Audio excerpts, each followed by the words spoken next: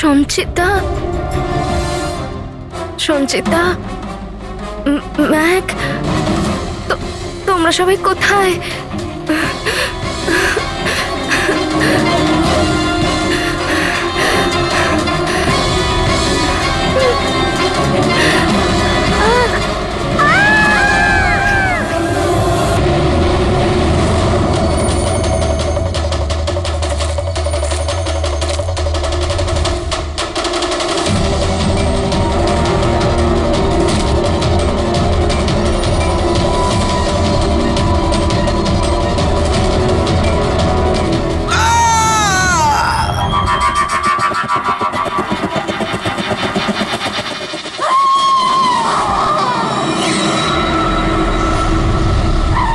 মনে হচ্ছে খুনি পৌঁছে গেছে।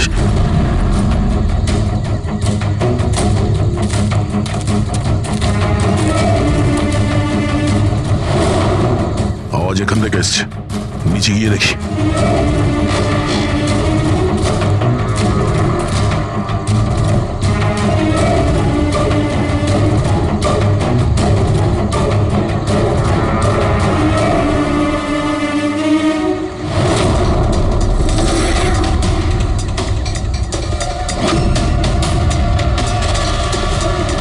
স্যার তো মাথা নেই স্যার।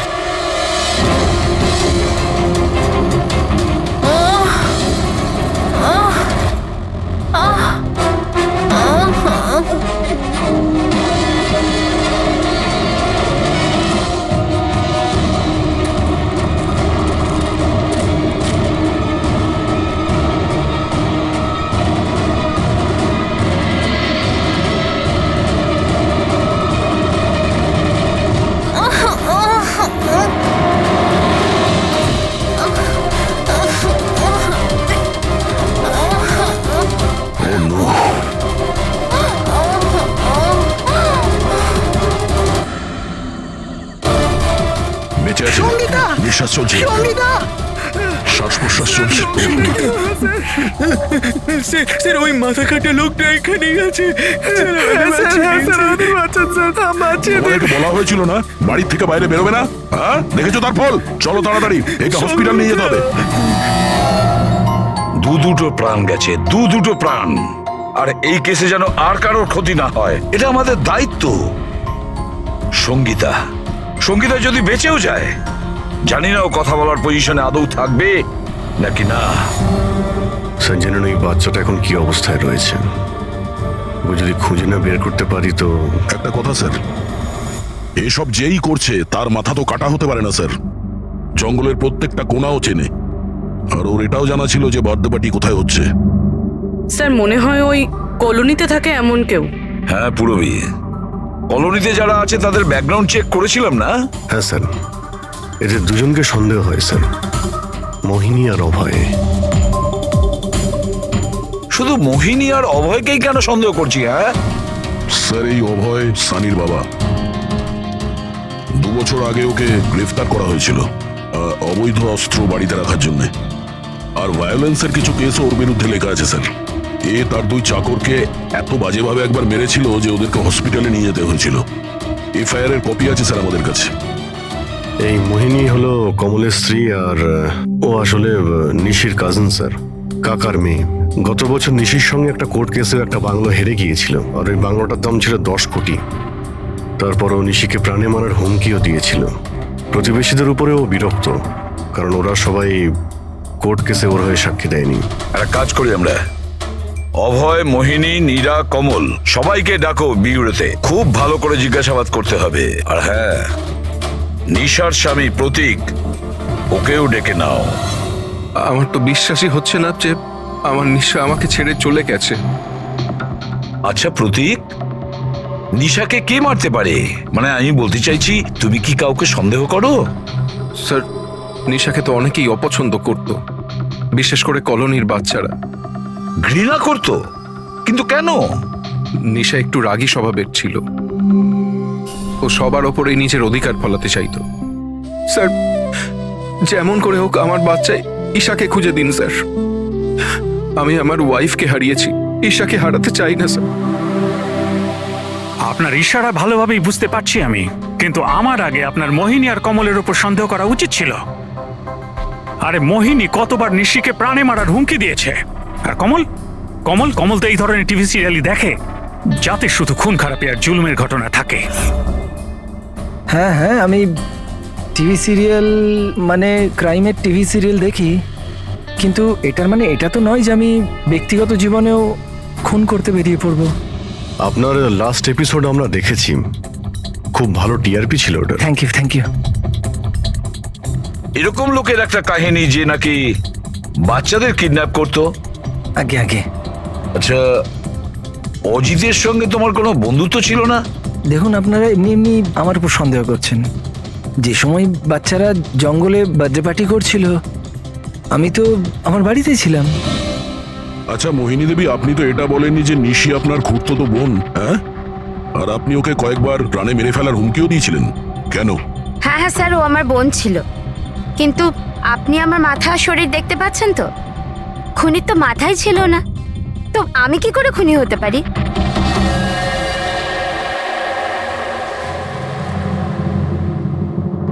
এই অভয়, মোহিনী, নীরা, কমল, খুনি তো এই চারজনের মধ্যে যে কেউ হতে পারে। কলোনির সব লোককে বলে দাও ওরা যেন বাড়ির থেকে না বেরোয় যতক্ষণ না এই গলা কাটা খুনি ধরা পড়ে। এখন তো একটা চিন্তা ঢুকে গেল বেচারি ওই ঈশার ব্যাপারে, ওই বাচ্চাটার যেন কিছু না হয়। আর এত ছোট বাচ্চা যে নিজে নিজেকে বাঁচাতেও পারবে না। এক মিনিট, কি বললে তুমি দয়া? এটাই যে বাচ্চা এত ছোট যে নিজের আত্মরক্ষা করতে পারবে না ও। ইয়েস, আগে কেন ভাবিনি আমি? কি স্যার? ওই রুমটা যেখান থেকে ঈশাকে কিডন্যাপ করা হয়েছিল, ওই রুমে সমস্ত জিনিস ছড়ানো ছিটানো পড়েছিল। এটা তখনই হয় যখন দুজনের মধ্যে মারামারি হয়। ওই মায়া বলছিল যে ওর সঙ্গে কোনো হাতাহাতি হয়নি। গলা কাটা লোকটাকে দেখে তো আমি আমার জায়গা থেকে নড়তেই পারিনি। এক্স্যাক্টলি। আর তাছাড়া মারামারি আর জিনিসপত্র ছড়ানো ছোট বাচ্চাদের কাজ নয়। গোলমাল আছে, নিশ্চয়ই কোনো গোলমাল আছে, আমি বলছি কোনো গোলমাল আছে। আর ওই যে জুতোর ছাপ, ওই রং লাগা জুতোর ছাপ, কিন্তু সেটা একটাই কেন রুমের মধ্যে থাকবে? যদি জুতোর তলায় রঙই লেগে থাকে তাহলে তো আরো অনেকগুলো জুতোর ছাপ থাকবে, তাই না? তার মানে স্যার এইসব আবার ওই মায়াই করেনি তো? সঙ্গীতার ডক্টর মেসেজ করেছে, সঙ্গীতার জ্ঞান ফিরেছে। তাহলে তো স্যার ওই আমাদের বলবে কে লোকটা। আমি হসপিটাল হয়ে আসছি। হ্যাঁ সারিকা, কি?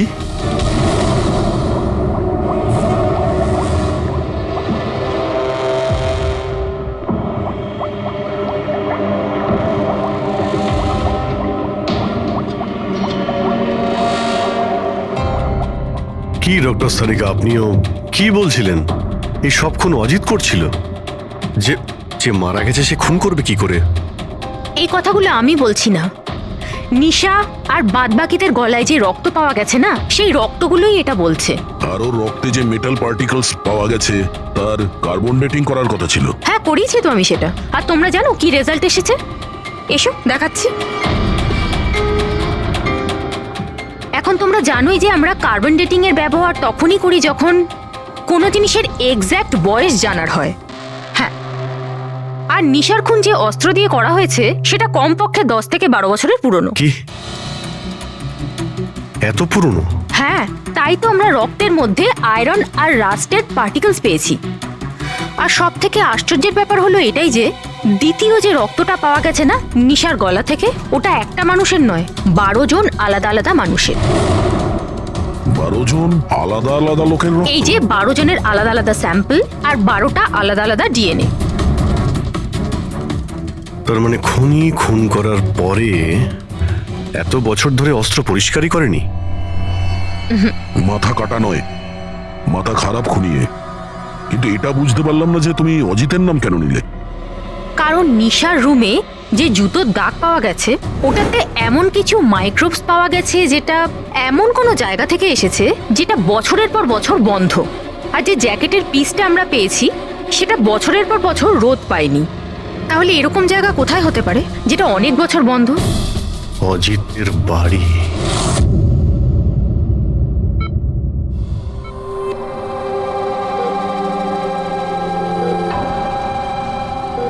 সঙ্গীতা,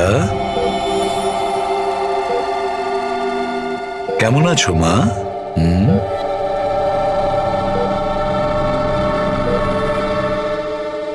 এসিপি স্যার, আপনাদের সিআইডিদের সাহায্য আমি সারা জীবন ভুলতে পারবো না। না না না, প্লিজ। আমার এই মেয়ে ছাড়া আমার আর জীবনে কেউ নেই। সুপর্ণা দেবী, দেখুন, সঙ্গীতার ভোকাল কর্ড খারাপ হয়ে গেছে, ও বেচারি কথা বলতে পারবে না। কিন্তু এটা শুনে আপনি খুশি হবেন যে সঙ্গীতা আজ এখন পর্যন্ত ও আমাদের সাথে রয়েছে, ও প্রাণে বেঁচে গেছে, তাই না?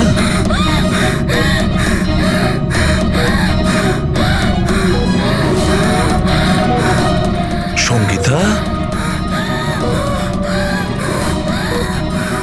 সঙ্গীতা, সঙ্গীতা, তোমার কি দরকার বলো? কি চাই বলো? কি? দেখো সঙ্গীতা, এখানে ওষুধ আছে, মোবাইল আছে। তোমার মোবাইল দরকার? এ না, নাও ধরো।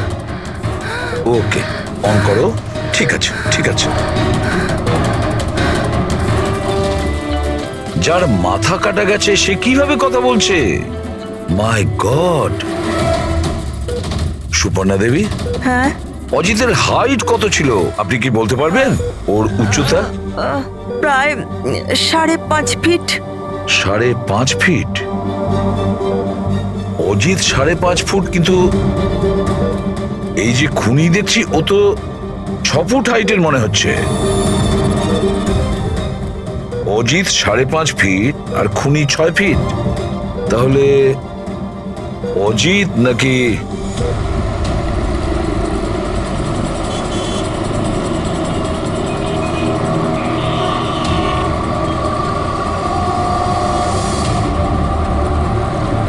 গল্পটা এরকম উল্টে গেল কি করে?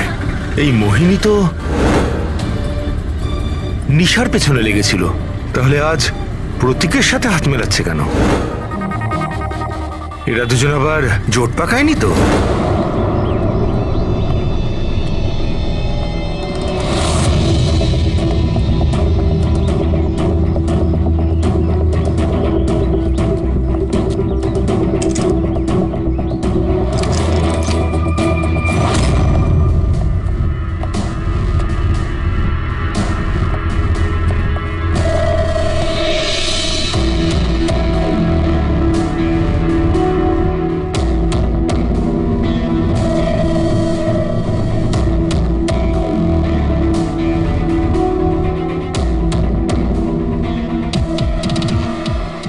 অভিজিৎ, গত 12 বছর ধরে তো এই ঘরটা বন্ধই আছে, কিন্তু মনে হচ্ছে এখনো এখানে কেউ যাওয়া আসা করে। এই দেখো, ধুলো পড়ে আছে, কিন্তু হাতের ছাপ স্পষ্ট দেখা যাচ্ছে, আর নিচেও পায়ের ছাপ আছে।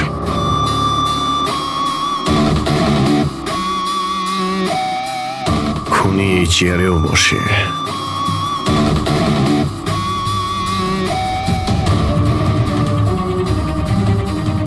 এই জল তো 12 বছরের পুরনো নয়। এর পায়ের চিহ্নগুলো দেখি এটা কত দূর গেছে।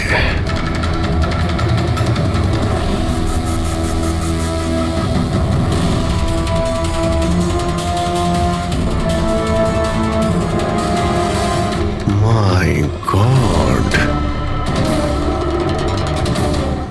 এত অস্ত্র! এখানে লেগে থাকা রক্ত,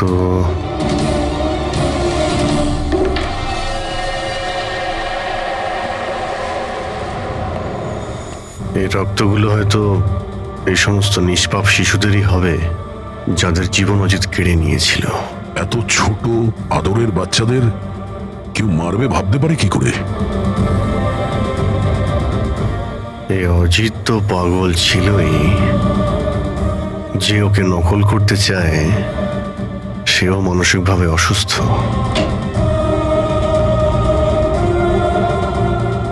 অভিজিৎ, এই দেখো, এটা ওই নীল রঙের ছাপের জুতো, আর এই কোট, এই টুকরোটা আমরা ওখানে নিশির রুমে পেয়েছিলাম, ওটা এখানেই আছে।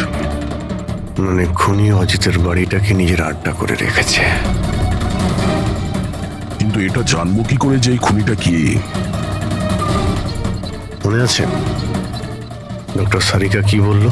নিশার নার্সারিতে যে জুতোর দাগ পাওয়া গেছে না, সেখানে এমন কিছু মাইক্রোস পাওয়া গেছে যেগুলো এমন কোনো জায়গা থেকে এসেছে যে জায়গাটা অনেক বছর বন্ধ। যদি খুনির জুতোতে মাইক্রোওয়েভস থাকে বন্ধ জায়গার, তাহলে ওর শরীরেও থাকবে।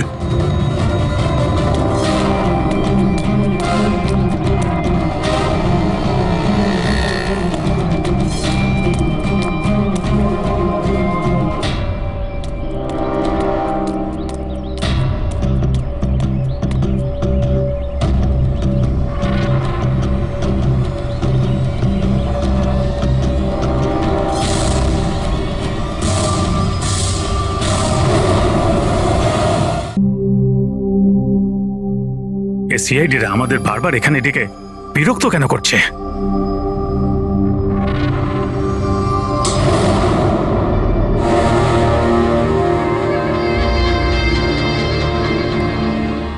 আরে অজিত, অজিত এখানে কেন আসছে? এখানে মনে হচ্ছে আরে এ তো আমাদের মেরে দেবে। আরে কেউ বাঁচাও, কেউ আছে নাকি? কেউ বাঁচাও। আরে অজিত এখানে কি করে? আরে আরে ভয় লাগছে তো। অজিত এখানে আমাদের প্রাণ না।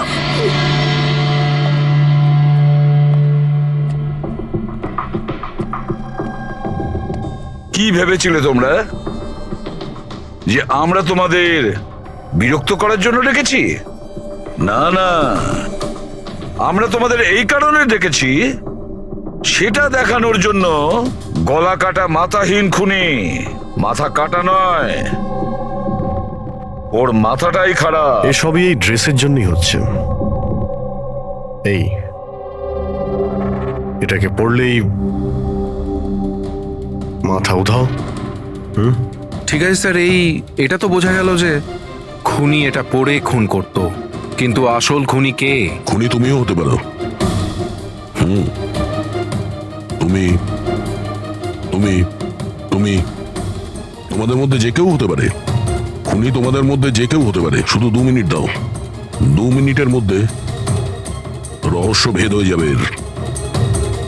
এটা তো জানতে পারা গেছে যে ওই অস্ত্রগুলো সেটা অজিতের বাড়ি থেকে খুনি চুরি করেছিল, কিন্তু যখন ওই অস্ত্রগুলো চুরি করতে খুনি অজিতের বাড়িতে যায়, তখন ওই বন্ধ বাড়িটায় ধুলোয় ভর্তি হয়েছিল, যেটাও যাওয়ার পর পরিষ্কার হয়ে যায়।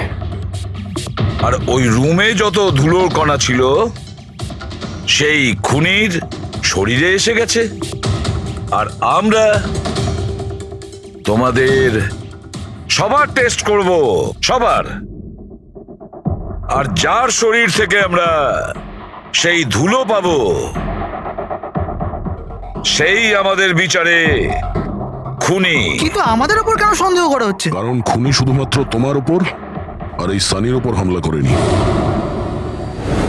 আর মোহিনীকে এই জন্য, কারণ ও নিশিকে মারার হুমকি দিয়েছিল, সেটাও অনেকবার।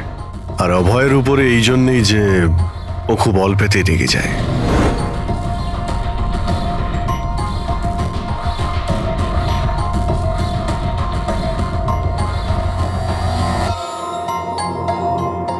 স্যার, আমাকে কেন সন্দেহ করছেন? সেটা এই কারণে প্রতীকবাবু যে আপনার সাথে আপনার স্ত্রীর শত্রুর হাত মেলাতে আমাদের অফিসার দেখে ফেলেছে।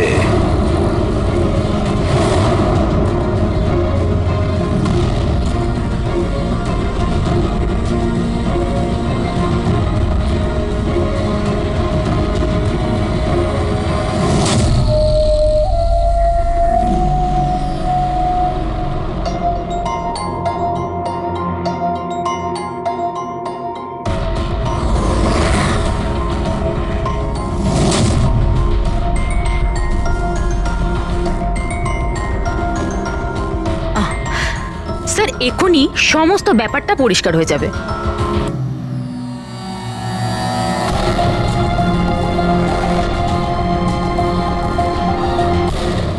রেজাল্ট কি হলো? জানা গেল খুনিকে? হ্যাঁ, আমরা জানতে পেরেছি খুনিকে। খুনি আপনি আপনি আপনি আপনিও আপনিও আপনাদের মধ্যে কেউ নয়। খুনি হলো এই সানি। সানি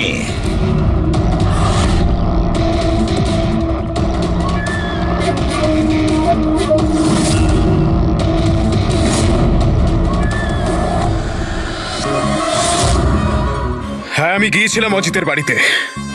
সত্যি এটাই। কিউরিসিটি ছিল আমার, ওই কি যেন বলে, ওই প্রশ্ন ছিল আমার জানবার যে ও কি করে ভাবে, কোথায় থাকে, কি করে। তো আপনাদের যদি আমাকে ধরবার হয়তো ধরতে পারেন, ওই ওর বাড়িতে যাবার অপরাধে ধরতে পারেন, কিন্তু খুন করবার অপরাধে তো ধরতে পারবেন না। তোমাকে দোষী সাব্যস্ত করার জন্য আমাদের কাছে আরো একটা প্রমাণ রয়েছে। দেখতে চাইবে? হ্যাঁ,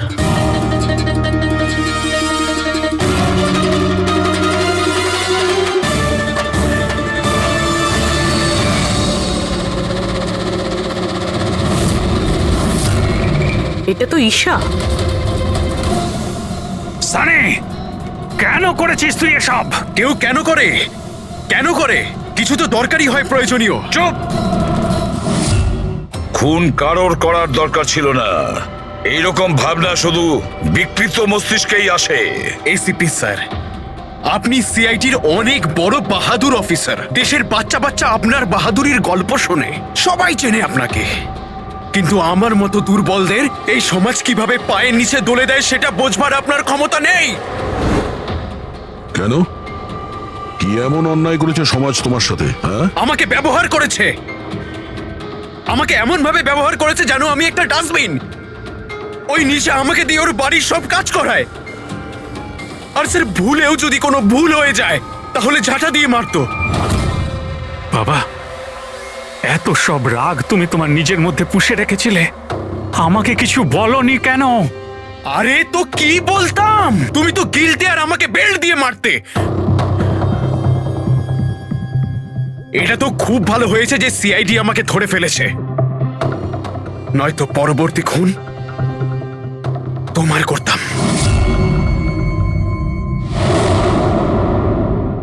মানলাম যে তোমার বাবা তোমার সঙ্গে সঠিক আচরণ করেননি, কিন্তু তুমি তোমার বাবাকে খুন করার কথা কিভাবে ভাবলে?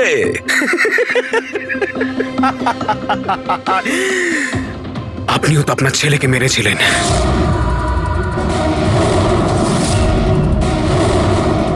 ভুলে গেছেন? কি বাজে কথা বলছো তুমি? উনি খুন করেননি, দেশের স্বার্থে উনি ডিউটি করেছিলেন। দুটোর মধ্যে পার্থক্য আছে। তো আমিও আমার মনের কর্তব্য পালন করছিলাম। ভালোবাসতাম আমি রিনিকাকে, কিন্তু ও কি করলো? সব বন্ধুদের সামনে মজা করলো আমাকে নিয়ে।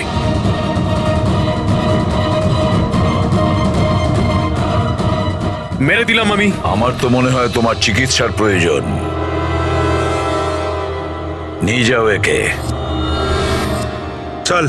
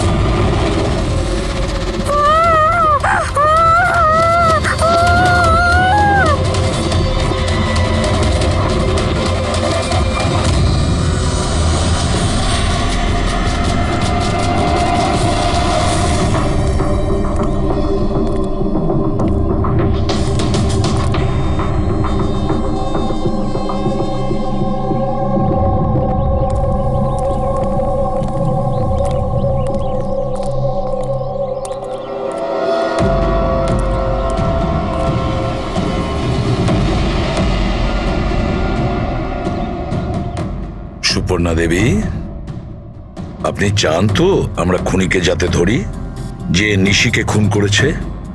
তাহলে আপনাকে তো বলতে হবে যে আপনি কি দেখেছেন, তাই না? আপনি যদি সাহস না দেখান তাহলে ওই খুনি অন্য আরো কাউকে খুন করতে পারে। স্যার, ওর ওর গলা। ম্যাম, আমরা জানি যে নিশির মৃত্যু মাথা কাটার জন্য হয়েছে। না, আমি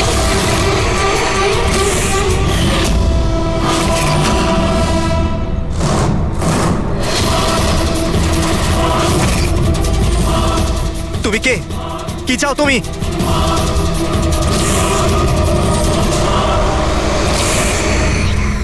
আরে বাঁচাও, বাঁচাও, বাঁচাও আমাকে, বাঁচাও। স্যার, আওয়াজ ওখান থেকে আসছে।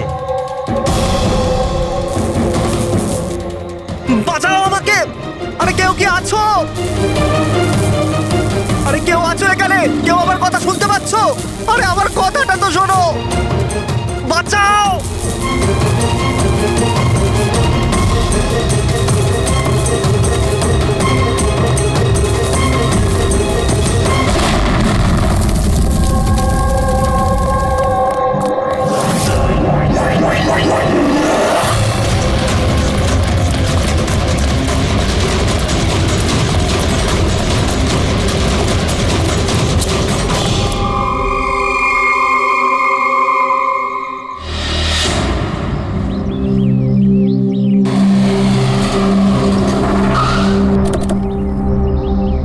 নমস্কার স্যার। নমস্কার স্যার। এটা বলো, যখন ব্লাস্ট হয়েছিল তখন কি তুমি এখানে ছিলে? ইয়েস স্যার, আমার সঙ্গে আরো একজন কনস্টেবল ছিল, হরনা। ওর প্রচন্ড আঘাত লেগেছে, এখনো হসপিটালে ভর্তি। তুমি এখানে পৌঁছলে কি করে? স্যার, আমরা নাইট ডিউটিতে ছিলাম, এখান দিয়ে যাচ্ছিলাম, তখনই একটা চিৎকার শুনতে পেলাম। আমরা ওকে দেখতে পাইনি। এখানে পৌঁছে আমরা কিছু করতে যাওয়ার আগেই বোম ব্লাস্ট হয়ে গেল।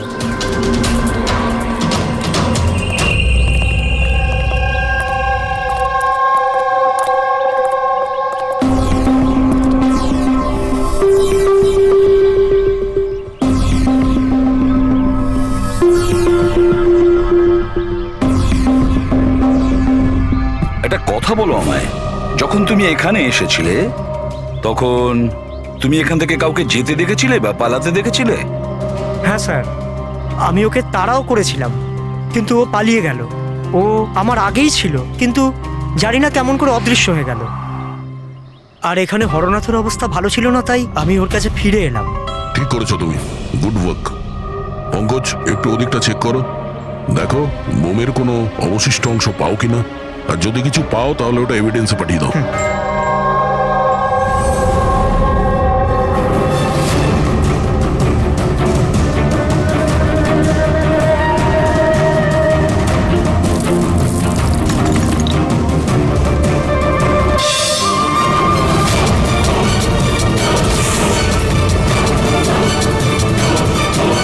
স্যার,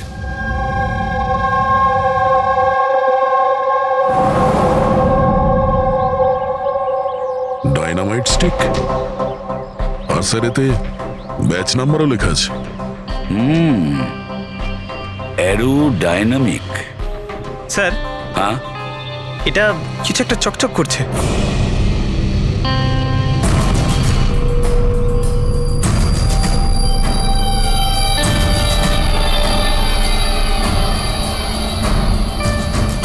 দেখি একটু।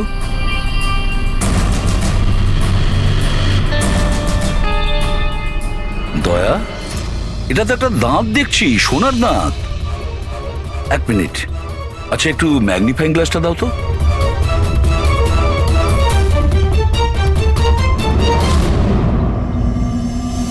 দয়া, দেখো এতে কিছু লেখা আছে। হ্যাঁ স্যার, NK লেখা আছে। NK? আচ্ছা, এটা মরে যাওয়া লোকটার নামের ইনিশিয়াল নয় তো? হতেই পারে দয়া। এটা আবার হয়নি তো এই নামে যে আছে তাকে কিডন্যাপ করা হয়েছে? আর যদি কিডন্যাপ হয়ে থাকে স্যার, তো ওর বাড়ির লোক নিশ্চয়ই কোথাও না কোথাও কিডন্যাপ হওয়ার রিপোর্ট লেখাবে। হ্যাঁ, চেক করতে হবে, দেখতে হবে যে এই নামের কতজন ব্যক্তি নিখোঁজ হয়েছে।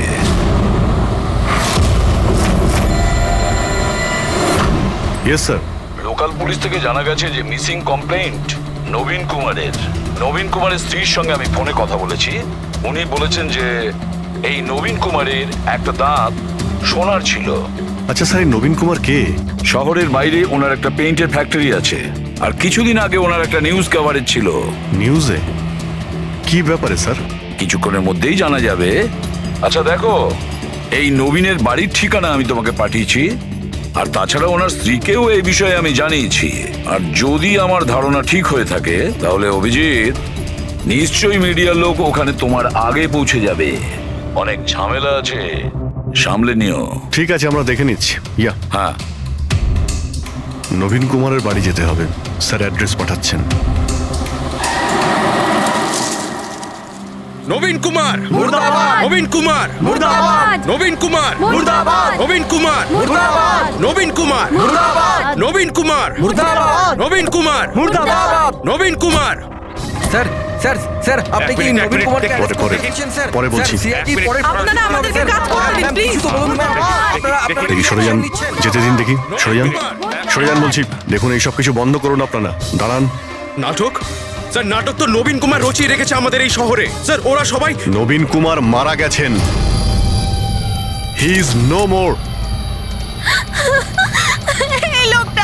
এই লোকটা মেরেছে আমার স্বামীকে। খুনি এরা সবাই। এবার বলবে নাকি জেলে ঢুকিয়ে দেবো? বলো, কেন করছো এইসব? স্যার, আমরা মারিনি স্যার। স্যার, নবীন কুমারের রঙের ফ্যাক্টরি আছে স্যার, যেখানে প্রতিদিন 1000 টনেরও বেশি বিষাক্ত আবর্জনা নদীতে ফেলা হয় স্যার। স্যার, আমরা তো আন্দোলনকারী, আমরা ওনার এগেইনস্টে আন্দোলন করছি। স্যার, বিশ্বাস করুন, আমরা ক্রিমিনাল নই, আমরা সোশ্যাল ওয়ার্কার স্যার। মিথ্যে কথা, মিথ্যে বলছে। হুমকি দিয়ে রেখেছিল আমার স্বামীকে। রোজ রোজ হুমকি দিত। না স্যার, আমি কোনো ধমকি দিতাম না, সে তো কোনো অন্য লোক স্যার। কারা? কাদের কথা বলছো? স্যার, ওরা সেই সব লোকগুলোই যারা সোশ্যাল সার্ভিসের নামে খারাপ কাজ করে, ল ইন অর্ডারের মিসইউজ করে স্যার। স্যার, আমি আর আমাদের প্রোটেস্টার্স আমাদের মধ্যে কেউ নয় স্যার। কি ধরনের হুমকি আসতো আপনার স্বামীর কাছে? কি হয়েছিল? এ নাও চা।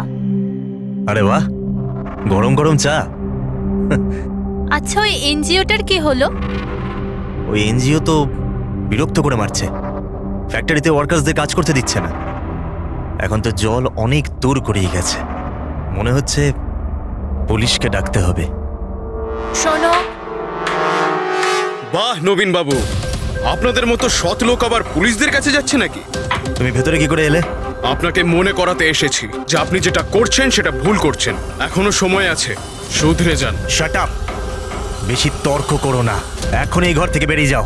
I said get out. আর কোথায় কোথায় ঢুকতে দেবেন না, আর কাকে কাকে আটকাবেন। আমাদের মতো লোক আপনাদের মতো লোককে ভয় পায় না, বুঝতে পেরেছেন? আর কেন জানেন? কারণ আমরা আপনাদের মতো খারাপ কাজ করি না। আজ তো আমি আপনার ঘরে ঢুকেছি। যদি আপনি আপনার স্বার্থের জন্য অসহায় মানুষদের জীবন নিয়ে খেলা যদি বন্ধ না করেন, তাহলে আপনার ফ্যাক্টরিতেও ঢুকবো। তোমাদের মতো গুন্ডাদেরকে না আমি সিধে করতে পারি, আর এই ফালতু ধমকিগুলো না অন্য কাউকে গিয়ে দেবে। আমার যা করার আমি তাই করব, আর তোমার যা করার করে নাও। আমি ধমকি দিচ্ছি না, বোঝাচ্ছি। যদি এই উল্টোপাল্টা কাজ বন্ধ না করেন, তাহলে আপনার ফ্যাক্টরি তো আমি বন্ধ করিয়েই ছাড়ব। তুই আমার ফ্যাক্টরি বন্ধ করবি? হ্যাঁ, ফ্যাক্টরি বন্ধ করবি তুই আমার? শোনো, শোনো প্লিজ, প্লিজ তুমি শান্ত হও। আর আপনি ওকে বিরক্ত করা বন্ধ করুন। আপনি যান এখান থেকে প্লিজ। প্লিজ বলছো তুমি একে? হ্যাঁ, আমি তোকে লাথি মেরে বার করে দেবো। চল। এটা কোত্থেকে আওয়াজ এলো?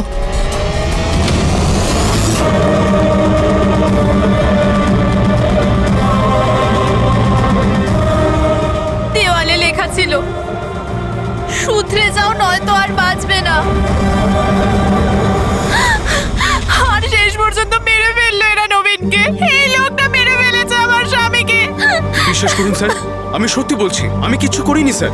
যে করেছে তাদের কথা স্যার, বলো। নিশ্চয়ই, কেন বলবো না স্যার। স্যার, ওনার জন্যই তো আজকে আমরা ফেসেছি স্যার।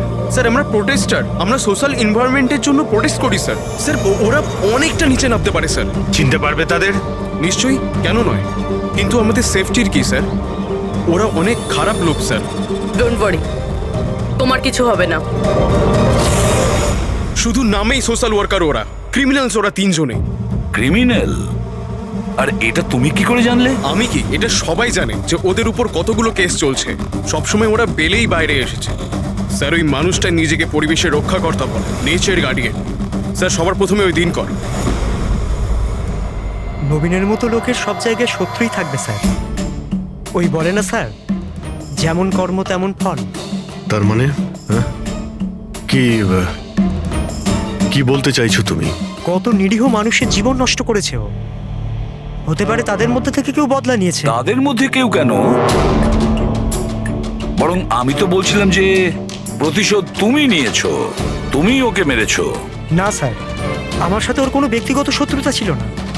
আমি ওকে কেন মারবো? কারণ নবীনের কার্যকলাপে তুমি ক্ষুব্ধ ছিলে। কেন? স্যার যদি আমায় এরম কিছু করতেই হতো তাহলে আমি অনেক আগেই করে ফেলতাম। নবীন না জানি কত বছর ধরে আমাদের পরিবেশ দূষিত করছিল। তোমরা নিশ্চয়ই খুব আনন্দ পেয়েছো মিস্টার নবীন মারা গেছে শুনে। অন্য কেউ তোমাদের কাজ করে দিয়েছে কি? না স্যার, আমার ওর প্রতি কোনো মায়া ছিল না, কিন্তু আমি ওকে মারিনি। আমরা কি করে বুঝবো যে তুমি সত্যি বলছো? স্যার যে সময়ের কথা আপনি বলছেন ওই সময় আমি ইউনিভার্সিটিতে লেকচার দিচ্ছিলাম। আপনি চাইলে ওই প্রফেসর দেশাইয়ের সঙ্গে কথা বলতে পারেন। ওই সময় আমি ওখানেই ছিলাম। স্যার পল্লবী, ওকে প্রায় দিনই দেখা যায় নিউজে কারুর না কারুর সাথে ঝগড়া করতে। স্যার সোশ্যাল ওয়ার্কের ফিল্ডে আপনি যে কোনো কাউকে জিজ্ঞাসা করুন ওর ব্যাপারে, সবাই জানে যে ও কিরকম, ও নিজের টিম দিয়ে কিরকম উল্টোপাল্টা কাজ করায়। হ্যাঁ তো আমি ট্রেড অ্যাকাউন্ট করি, সোজাভাবে বললে লোকে বুঝতে পারে কই।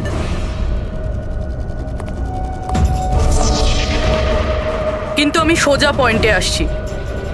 আমাদের মনে হয় তুমিই ওকে খুন করেছো। ম্যাম আপনার এটা যদি মনে হয় তাহলে আপনার এবং আমার দুজনেরই টাইম ওয়েস্ট করছেন। ম্যাম একটা কথা, আমি কোনো ক্রিমিনাল নই। কিন্তু আমরা তো এটা শুনেছি যে আপনি রোজই কোনো না কোনো একটা কন্ট্রোভার্সিতে জড়িয়ে থাকেন। স্যার ব্যাপারটা হলো কি, যদি কোনো সৎ লোক সাহস করে সত্যের পিছনে দাঁড়ায় না তো মানুষ ভয় পেয়ে যায়, সহ্য করতে পারে না, বিশেষ করে যদি সে একটা মেয়ে হয়।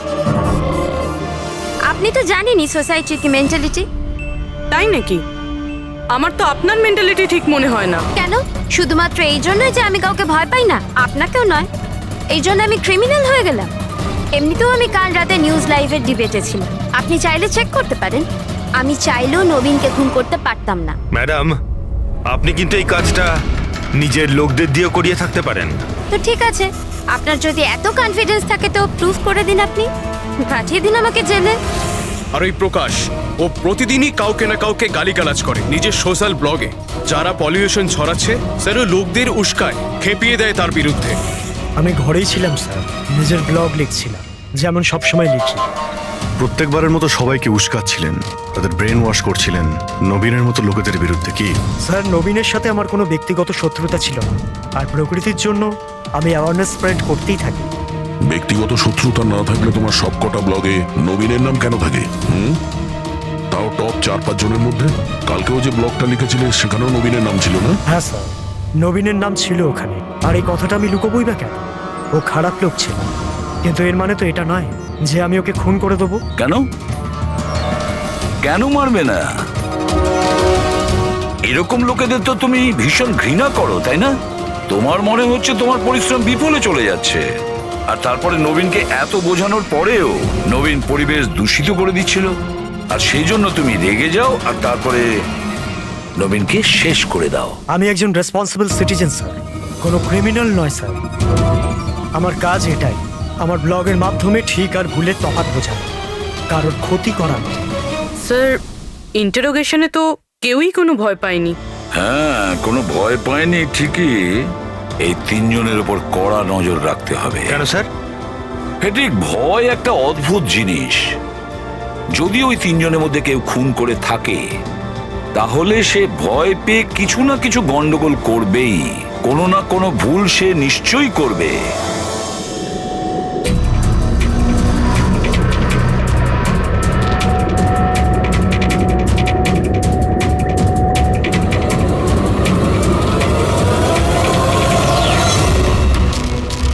সারিকা,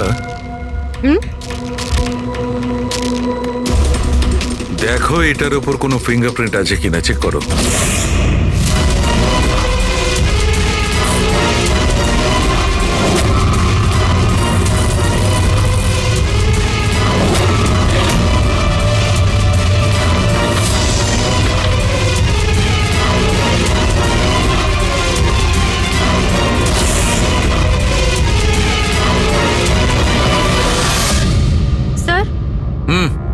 জায়গাতে তো কোনো ফিঙ্গারপ্রিন্টস নেই।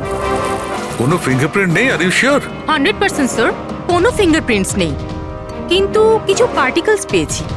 মনে হয় কিছু স্কিন টিস্যুস বা ডেড সেল হবে। Dead sales?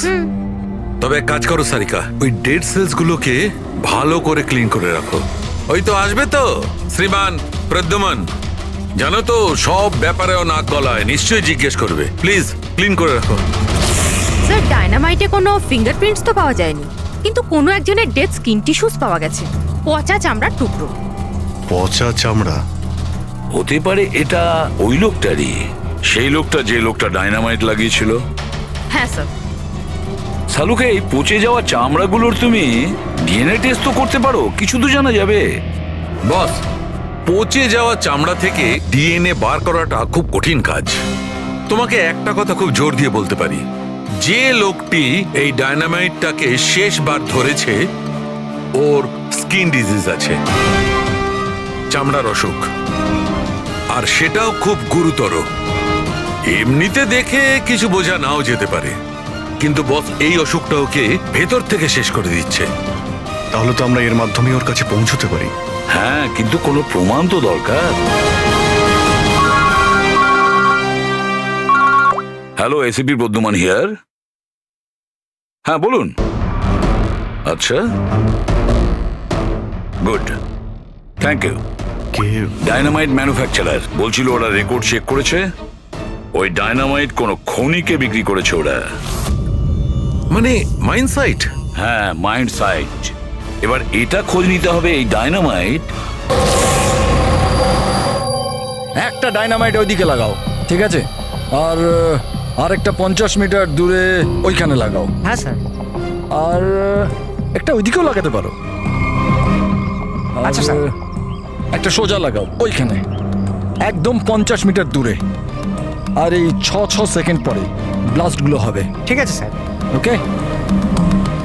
আর কোথায় লাগানো যায়? ওইখানে মাঝখানে ফিট করা যাবে কি? এক্সকিউজ মি, আপনার নাম বিনীত? ইয়েস। আপনারা কারা? আপনি এই সাইটের ম্যানেজার? কিন্তু ব্যাপারটা কি বলুন তো? দেখুন বিনীত বাবু, যখন ম্যানুফ্যাকচারিং কোম্পানি থেকে ডায়নামাইট আপনাদের এখানে আসে, মানে এই সাইটে, মাইন্ড সাইটে, সেটার ইনচার্জ তো আপনিই হবেন, তাই না? ইনচার্জ তো আমি, কিন্তু কনসাইনমেন্টের পরে অপারেটর টিমও কিন্তু এটা হ্যান্ডেল করে। আমি এটা একা সামলাই না। আমরা জিজ্ঞেস করেছি আপনাকে যে ডায়নামাইট কে সামলায়। একটু এই ডায়নামাইট স্টিকটাকে দেখুন। আচ্ছা, ব্যাচ নাম্বার দেখে আপনি কি বলতে পারেন এই লটের বাকি ডায়নামাইট স্টিকগুলো কোথায় আছে? স্যার, এটা লাস্ট কনসাইনমেন্টের মনে হচ্ছে, এখনো ব্যবহার হয়নি, গুদামে পড়ে আছে। চলো দেখাও। বিনীত, যখন ডায়নামাইটের কনসাইনমেন্ট এখানে আসে, সেটাকে চেক তুমি নিশ্চয়ই করো, তুমি তো ইনচার্জ, তাই না? হ্যাঁ হ্যাঁ হ্যাঁ, অফকোর্স স্যার। আচ্ছা, আপনার এই ব্যাচের কনসাইনমেন্ট নিয়ে কোনো গন্ডগোল মনে হচ্ছে? গন্ডগোল? না না, নর্মালি তো ছিল, যেরকম হয় আর কি। কিন্তু আপনি এটা জিজ্ঞেস করছেন কেন? নর্মাল আছে তো, যেমনটা থাকে। প্রতিটা বক্সে 10টা করে লেখা আছে স্যার। এটা খুলে দেখো তো কতগুলো আছে, গুনো।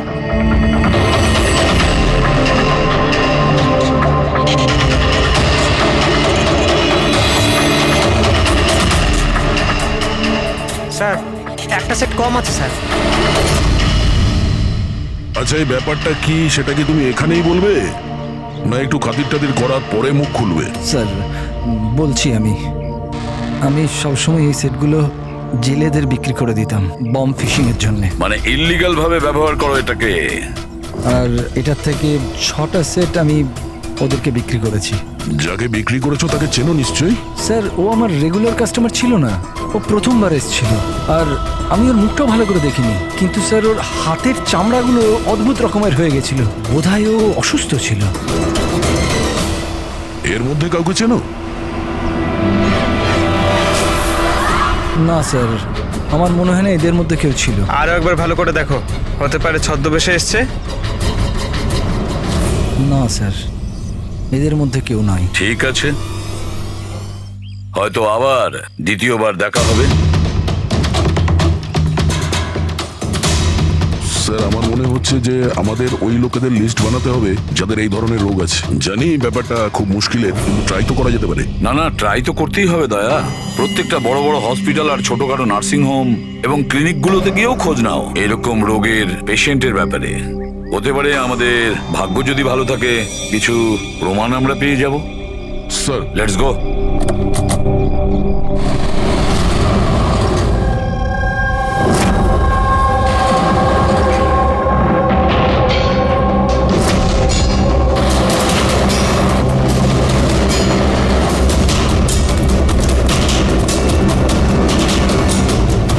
দেখুন, এই ধরনের অসুখ হাজার জনের মধ্যে একজনের হয়ে থাকে।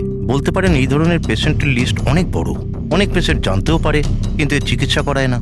এদের খোঁজা তো খুব মুশকিল। জানি, কিন্তু তবুও আমরা চেষ্টা করতে চাই। এই লোকটাকে পাওয়া আমাদের কাছে ভীষণ প্রয়োজন। দেখুন, আমি বুঝতে পারছি, কিন্তু এনভায়রনমেন্টাল ইনফেকশন কন্টিজিয়াস ডিজিজ, যেটা একটা মানুষের থেকে অন্য মানুষের মধ্যে ছড়িয়ে পড়ে, আর এটাকে সামলানো তো। এক মিনিট, কি বললেন আপনি? Environmental infection? হ্যাঁ, মানে আমাদের চারপাশের পরিবেশে হতে পারে এমন ইনফেকশন হাওয়া বা জল থেকে চারিদিকে ছড়িয়ে পড়ে। চলুন, আমি আপনাকে একটা পেশেন্ট দেখাবো। ছাড়ো আমাকে! কেন মারতে চাও আমাকে? ছেড়ে দাও আমাকে, যেতে দাও প্লিজ। দেখো, আমাকে যেতে দাও sir, please help me sir, help please, help sir, help.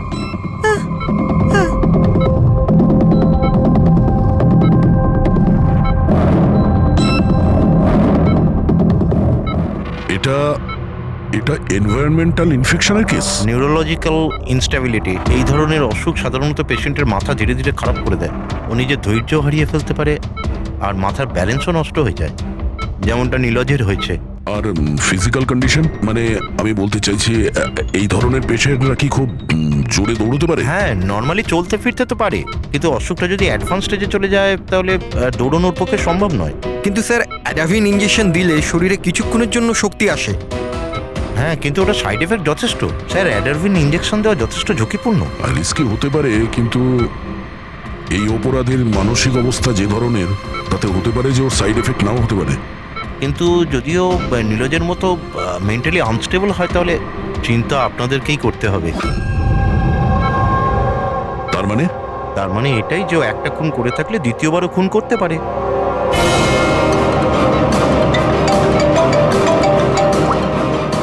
হ্যাঁ স্যার। কি প্রকাশ পঙ্কজকে ফাঁকি দিয়ে পালিয়ে গেছে? ও নো, ঠিক আছে, আমি দেখছি। হতে পারে প্রকাশ ভয় পেয়ে পালিয়ে গেছে, না হলে দ্বিতীয় মার্ডারের পরিকল্পনা করছে।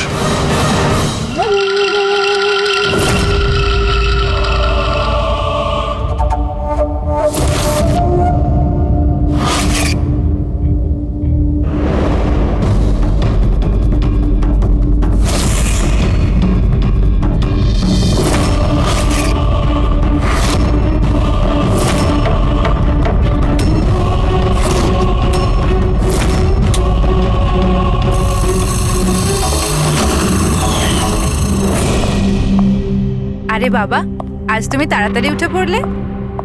Good morning. এই রইলো তোমার চা, তাড়াতাড়ি খেয়ে নাও, নাহলে ঠান্ডা হয়ে যাবে।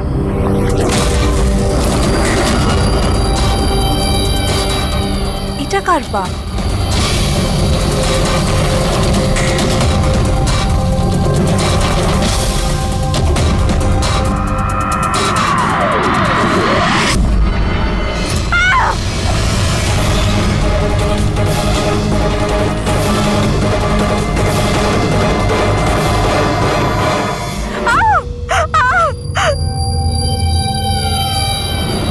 স্যার, আরও একটা মার্ডার। ওই ডক্টর ঠিকই বলেছিলেন, ওই খুনির মাথা খারাপ হয়ে গেছে, ওর মানসিক অবস্থা ঠিক নেই। স্যার, মনে হচ্ছে খুন করার একটা প্যাটার্ন বানিয়ে ফেলছে এই খুনি।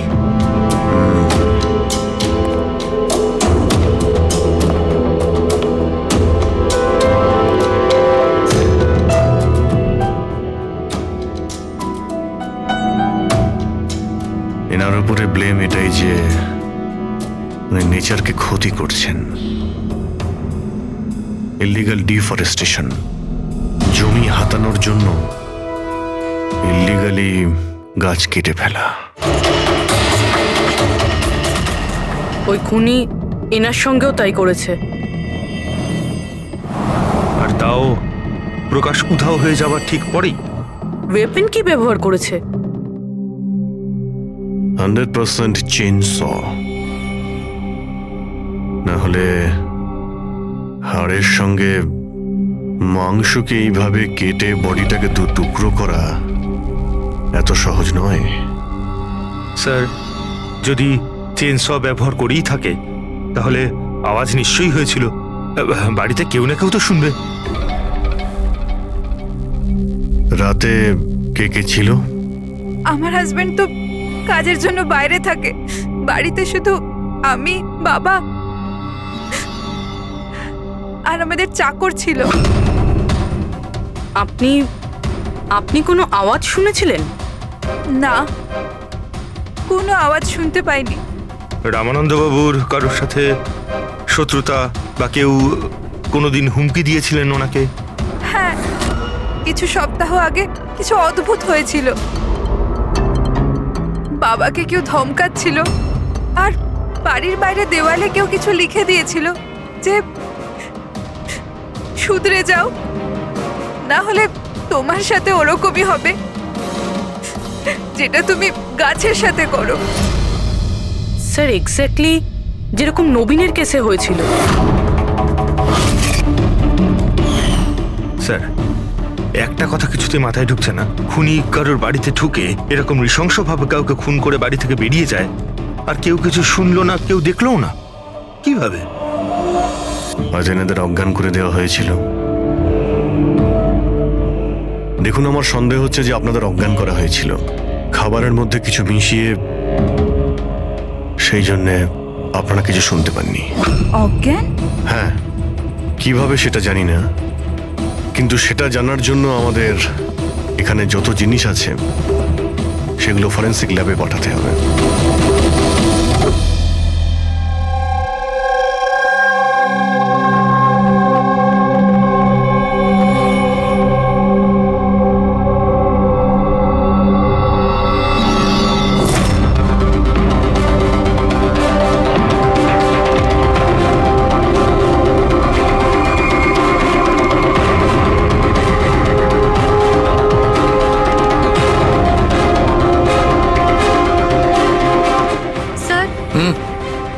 বাড়িতে যত রকম খাবার জিনিস ছিল চেক করে নিয়েছি, আর পানিও।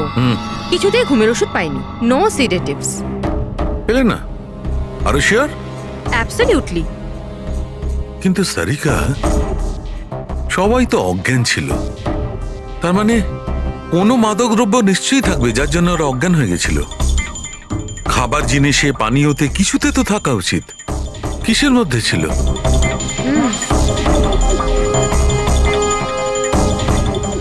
হ্যাঁ, মাদক দ্রব্য ছিল। এই এসিটার মধ্যে। এসিতে? ইয়েস, এই এসিতে মাদক দ্রব্য মেশানো হয়েছিল, আর এর হাওয়াটা ঘরের মধ্যে ঢোকা মাত্র মাদক দ্রব্য ছড়িয়ে পড়ে আর সবাই অজ্ঞান হয়ে যায়। হ্যাঁ, চেক ইট। ইয়েস।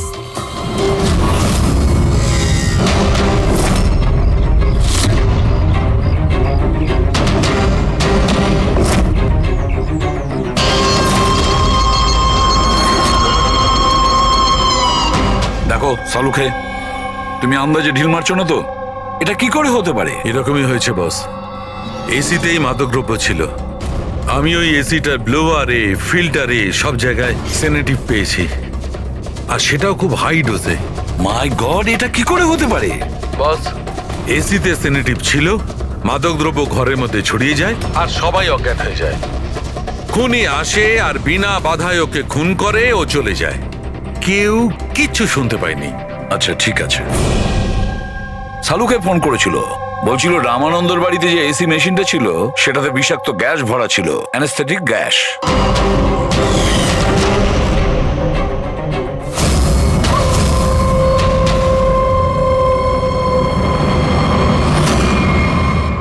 অ্যানাস্থেশিয়া দিয়ে লোকেদের ট্রিটমেন্ট করা হয় শুনেছি। আরে তো এই খুনি তো দেখছি বেশ ধূর্ত। প্রকাশের ব্যাপারে কি জানতে পেরেছো? স্যার কিছু জানতে তো পারিনি, বাট আই এম শিওর পরের খুনের প্ল্যান করছে।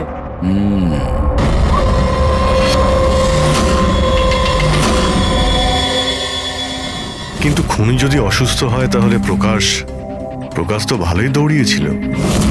স্যার এমনটাও তো হতে পারে যে অন্য কাউকে দিয়ে এই খুনটা করিয়েছে। তাহলে ও পালিয়ে গেল কেন? এই শব্দটা কিসের? চলো তো।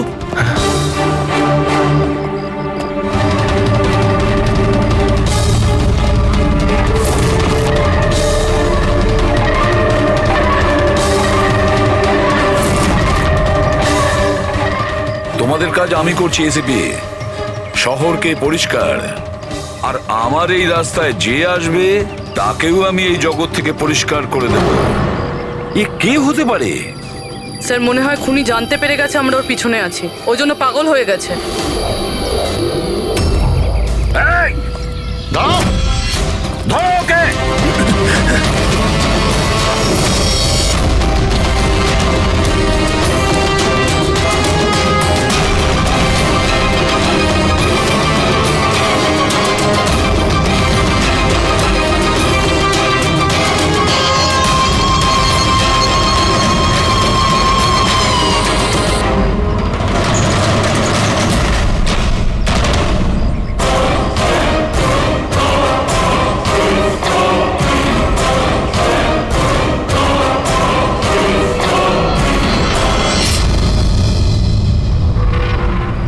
স্যার, সিআইডি থেকেই লিস্ট এসছে।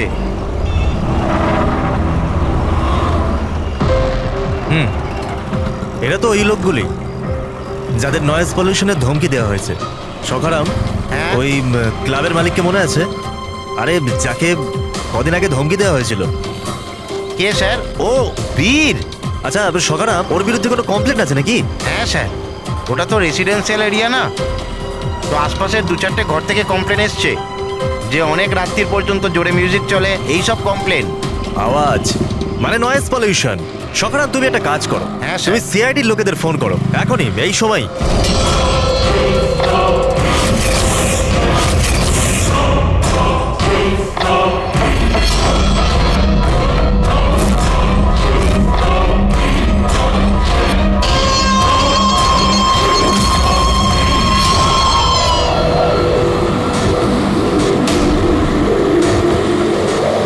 তাড়াতাড়ি করো অভিজিৎ, তাড়াতাড়ি। স্যার আমরা অন দা ওয়ে। ও নাইট ক্লাবের মালিক, ওর নাম বীর।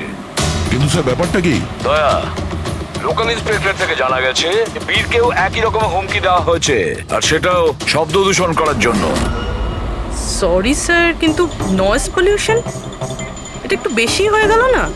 রবি, ওর মানসিক অবস্থা ঠিক নেই, এই খুনি যা খুশি করতে পারে। ডোন্ট ওয়ারি স্যার, ওই খুনি যদি ওখানে থাকে তাহলে এবারে আর আমাদের হাত থেকে বাঁচবে না স্যার। এই প্রকাশ কিন্তু এখনো নিখোঁজ, আর বীরের প্রাণ সংশয় রয়েছে। যে করেই হোক ওকে সুস্থ আর নিরাপদে আমাদের এখানে নিয়ে এসো।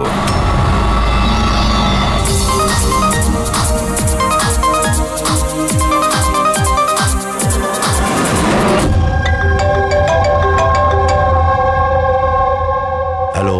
হ্যালো বীর, আমি এসপি প্রদ্যুমান বলছি, সিআইডি থেকে। সিআইডি? কি হয়েছে স্যার? আমার কথা মন দিয়ে শোনো, তোমার প্রাণ সংশয় রয়েছে। কি মানে? মানে আমাকে কে মারতে চায়? দেখো বীর, যদি তুমি ক্লাবে থাকো তাহলে বাইরে কোনো মতেই যেও না। আমাদের অফিসার্স তোমার ওখানে যাচ্ছে তোমার সেফটির জন্য। আরো একটা কথা, ভিড়ের মধ্যেই থাকবে, লোকেদের মধ্যেই থাকবে, বুঝেছো? একা একদম থাকবে না।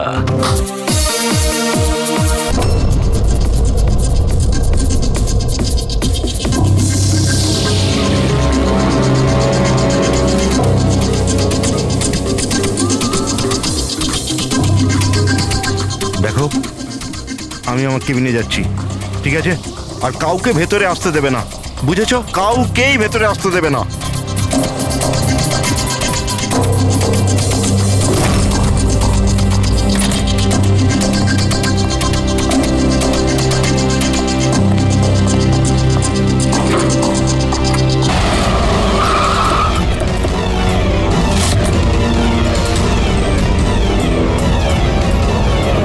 সিআইডি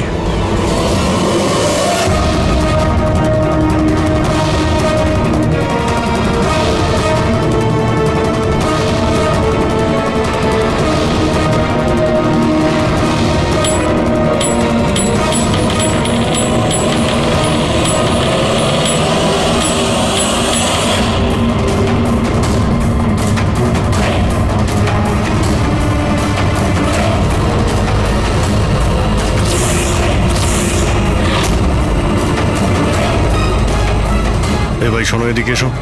হ্যাঁ স্যার। বীর কোথায়? স্যার উনি কারুর সাথে দেখা করতে চান না। আমরা সিআইডি থেকে আসছি। কোথায় ও?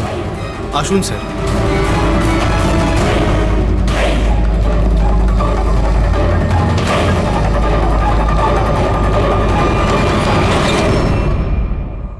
এই এই এই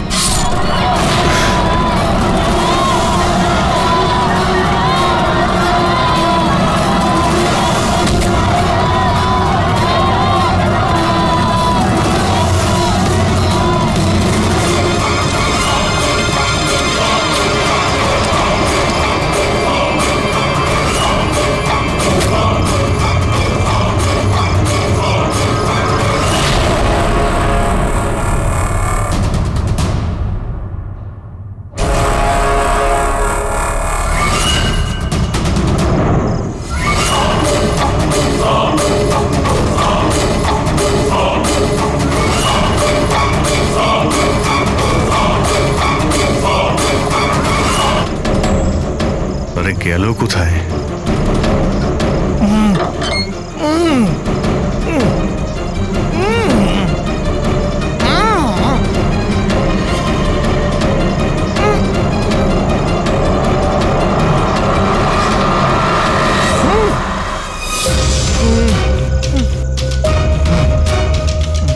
এই প্রকাশ,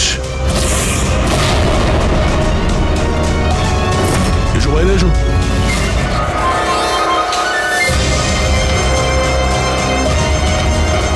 তুমি এখানে কি করছিলে? হ্যাঁ, আমাদের হাত থেকে বাঁচার জন্য কি এইসব করছিলে?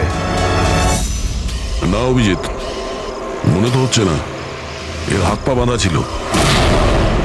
মনে হচ্ছে কেউ হাত পা বেঁধে ওকে এখানে ফেলে দিয়েছে। রবি, এসপি স্যারকে ফোন করে বলো যে প্রকাশকে পাওয়া গেছে, আর ওর একটু ফার্স্ট এড করে দাও। স্যার যাও। চলুন।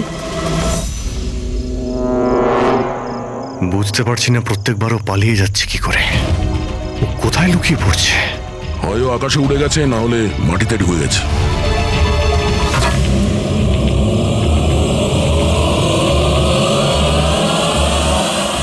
ও এখানেই আছে দয়া, এইখানে। কি? এইখানে।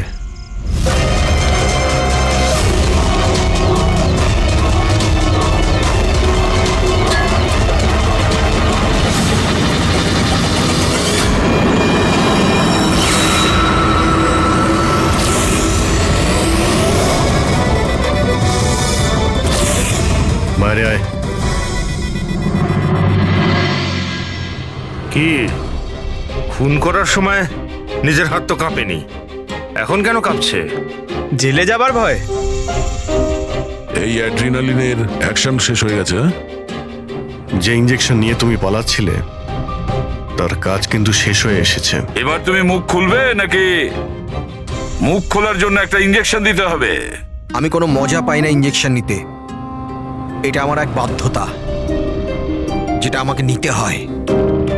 একটা সময় ছিল যখন আমি শক্তিশালী এবং মজবুত ছিলাম, কিন্তু আমার একদিন খারাপ সময় এলো আর আমি একটা রোগে আক্রান্ত হলাম। ফ্যাক্টরি আর ওখান থেকে নির্গত বিষাক্ত ধোঁয়া আর আবর্জনা, যে পলিউশন ছিল তাতে কয়েক লাখ লোক ইনফেক্টেড ছিল। জানি না রোজ কত পেশেন্ট আসতো। ওদের সাথে থাকতে থাকতে আমিও অসুস্থ হয়ে পড়েছিলাম। এই রোগটা কবে হয়েছিল আপনার? 6 মাস আগে। আর এই 6 মাসে এই রোগ তোমার শরীরের সঙ্গে সঙ্গে তোমার মাথারও ক্ষতি করতে শুরু করে দিয়েছে। তুমি জানো তুমি কি করেছো? হ্যাঁ, আমি কারোর কোনো ক্ষতি করিনি, ক্ষতি করেছে ওরা। হাওয়া, জল সবেতে বিষ মিশিয়ে দিয়েছিল। ব্যাস, তখনই আমি ঠিক করেছিলাম যে লোকেরা আমার এই অবস্থা করেছে তাদের আমি ছাড়বো না। আমি বদলা নিয়েই ছাড়বো। আর সেই কারণে তুমি বিএমসিতে চাকরি নিয়েছিলে, যাতে এই শহরের পুরো ড্রেনেজের নকশাটা তুমি জানতে পারো। তার সুযোগ নিয়ে তুমি ওখান থেকে পালিয়ে যেতে, আর আমাদের মনে হতো যে কোথায় তুমি হঠাৎ করে অদৃশ্য হয়ে গেলে।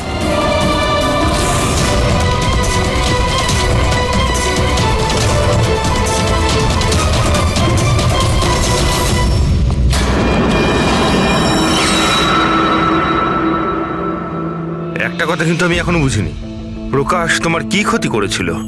হ্যাঁ, ওকে কেন কিডন্যাপ করলে? ওই রাতে ও ওখানেই ছিল, রামানন্দের বাড়ির বাইরে। ও ওর বাড়ি জ্বালাতে এসেছিল। ও কিছু করতো তার আগেই ও আমাকে দেখে নিয়েছিল ঘর থেকে বেরোনোর সময়। আর তুমি ওকে তারপর কিডন্যাপ করে নিলে যাতে ও কারোর সামনে মুখ না খোলে। হ্যাঁ, তুমি ওকে মারতেও পারতে, তাহলে ওকে ওকে তুমি মারলে না কেন?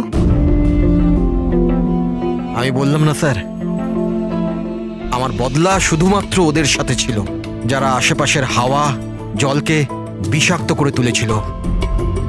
আমি তো শুধুমাত্র আমার সংসার বাঁচাচ্ছিলাম। আমি কোনো ছোটবেলা থেকে খুনি ছিলাম না। এই দায়িত্বটা তোমাকে কে দিয়েছিল? শোনো, তোমার এই প্রতিশোধের আগুনে এতগুলো লোকের প্রাণ গেছে। এই কাজটা তোমার একদমই করা উচিত হয়নি। খুব অন্যায় করেছো তুমি। আইন তোমাকে কোনোদিন ক্ষমা করবে না। কঠোর থেকে কঠোরতম শাস্তি হবে তোমার। আছো এখানে? আরে প্লিজ আমাকে বাঁচাও। হ্যালো,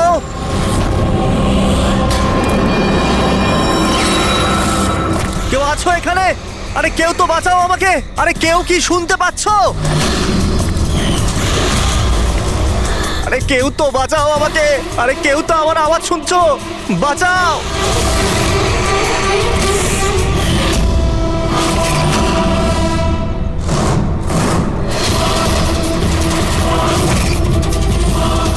তুমি কে? কি চাও তুমি?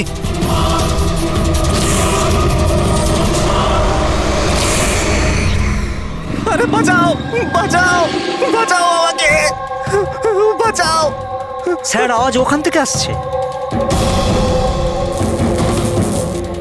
বাঁচাও আমাকে। আরে কেউ কি আছো? আরে কেউ আছো এখানে? কেউ আমার কথা শুনতে পাচ্ছ? আরে আমার কথাটা তো শোনো। বাঁচাও।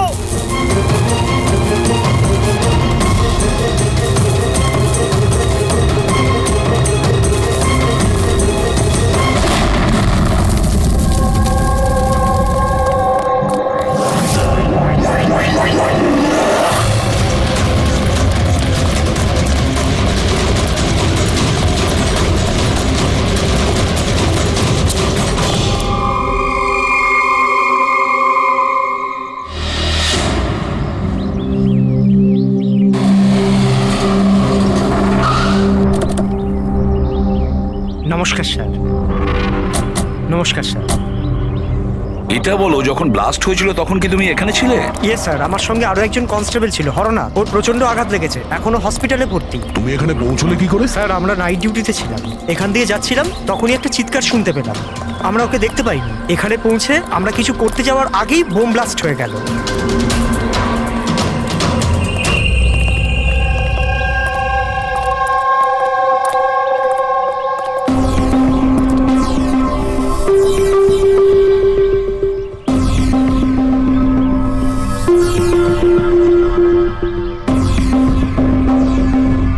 একটা কথা বলো আমায়, যখন তুমি এখানে এসেছিলে তখন তুমি এখান থেকে কাউকে যেতে দেখেছিলে বা পালাতে দেখেছিলে?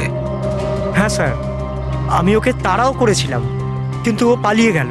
ও আমার আগেই ছিল, কিন্তু জানি না কেমন করে অদৃশ্য হয়ে গেল। আর এখানে হরনাথের অবস্থা ভালো ছিল না, তাই আমি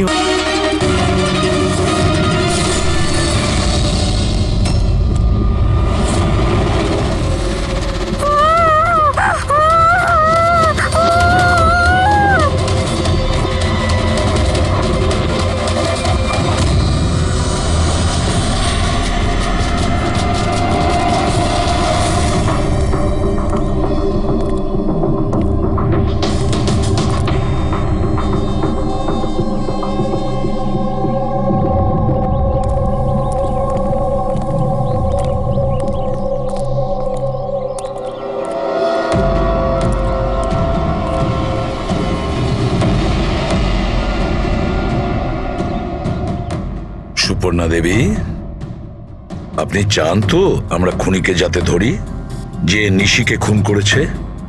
তাহলে আপনাকে তো বলতে হবে যে আপনি কি দেখেছেন, তাই না?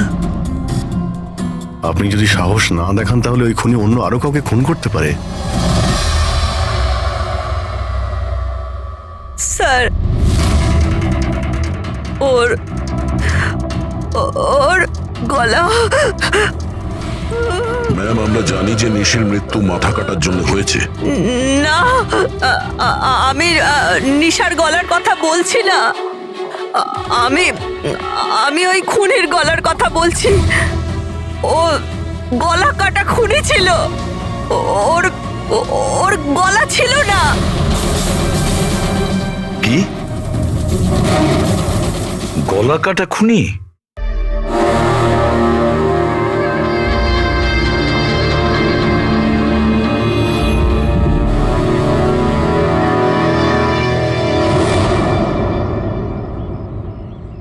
ওই হবে, ওই ফিরে এসেছে। আপনি কার কথা বলছেন সুপর্ণা দেবী? কে ফিরে এসেছে? অজিত।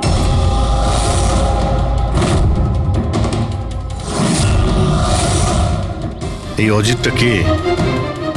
12 বছর আগে আমাদের পাড়াতেই থাকতো, আর আর বাচ্চাদের তুলে নিয়ে চলে যেত। ওই হবে, নিশ্চয়ই ওই হবে। আপনি এখনই বললেন যে খুনির মাথাই ছিল না, তাহলে আপনি কি করে চিনলেন যে ওই অজিত? কারণ ও গলা কাটা খুনিটা অজিতের মতোই জামা কাপড় পরেছিল, কালো প্যান্ট, লম্বা একটা জ্যাকেট আর মাথায় টুপি, আর আর চকমকে জুতোটাও, আর ওর হাতে ওই অজিতের মতোই অস্ত্রটা ছিল। আচ্ছা, এই অজিতের ব্যাপারটা কি? স্যার, পেশায় তো উনি ছুরি কাটারি বানানোর কাজ করতেন। খুব ভয়ঙ্কর লোক ছিলেন উনি। তার উপর 5টা বাচ্চাকে উধাও করে দিয়েছিলেন। উনি তো আমার ছেলে সানিকেও কিডন্যাপ করার চেষ্টা করেছিলেন। তবে এটাই ভালো হয়েছিল যে পুলিশ এসে ওনাকে হাতে নাতে ধরে ফেলেছিলেন, এই পাশে সমিল থেকেই।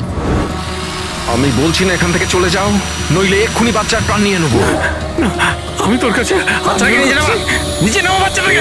আমার সাথে চালাকি বেশি করবি না, নইলে এই বাচ্চাটার মাথাটাকে 2 টুকরো করবো নাকি। পিস্তল নিচে, পিস্তল নিচে রাখ। হ্যাঁ, রাখছি রাখছি, হ্যাঁ হ্যাঁ রাখছি রাখছি।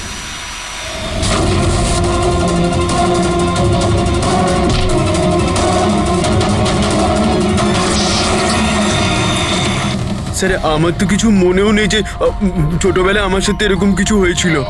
তো দিদা, তুমি এটা বলছো যে 12 বছর আগে যে লোকটা মরে গিয়েছিল ওই গলা কাটা লোকটা ফিরে এসেছে? যা তা।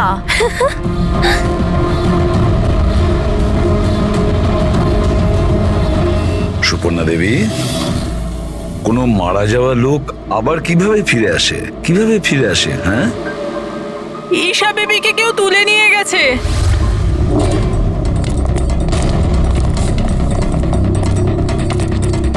কি হয়েছে? ঈশা বেবিকে কেউ তুলে নিয়ে গেছে। হোয়াট? তুলে নিয়ে গেছে? কে তুলে নিয়ে গেছে? মাথা কাটা লোকটা। গলা কাটা লোক? কোথায় কোথায় দেখেছো তুমি? নিশি ম্যামের বাড়িতেই। দা, অভিজিৎ, গিয়ে দেখো তো।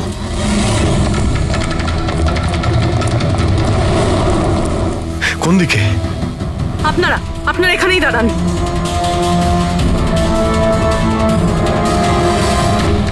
কোথায়? স্যার, এখানে, এই ঘরটায়। চলুন দেখান।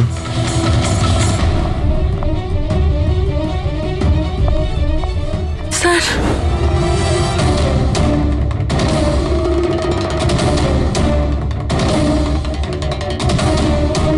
আচ্ছা, আপনি ছাড়া এখানে আর কে ছিল?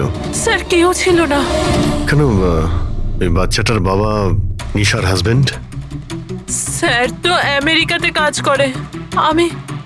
আমি ফোনে ওনাকেই ম্যামের খবর দিচ্ছিলাম, তো হঠাৎ করে আমি এই ঘরটা থেকে আওয়াজ পেলাম, আর আমি এখানে এসে দেখলাম যে একটা গলা কাটা লোক নিশা বেবিকে সাথে করে নিয়ে যাচ্ছিল। তুমি ওকে বাধা দেওয়ার চেষ্টা করোনি? স্যার আমি খুব ভয় পেয়েছিলাম। গলা কাটা লোকটাকে দেখে তো আমি আমার জায়গা থেকে নড়তেই পারিনি। আরে আরে মোহিনী, তুমি কোথায় যাচ্ছ? না না, পাড়ার একটা বাচ্চা উধাও হয়ে গেছে, দাঁড়াও একটু।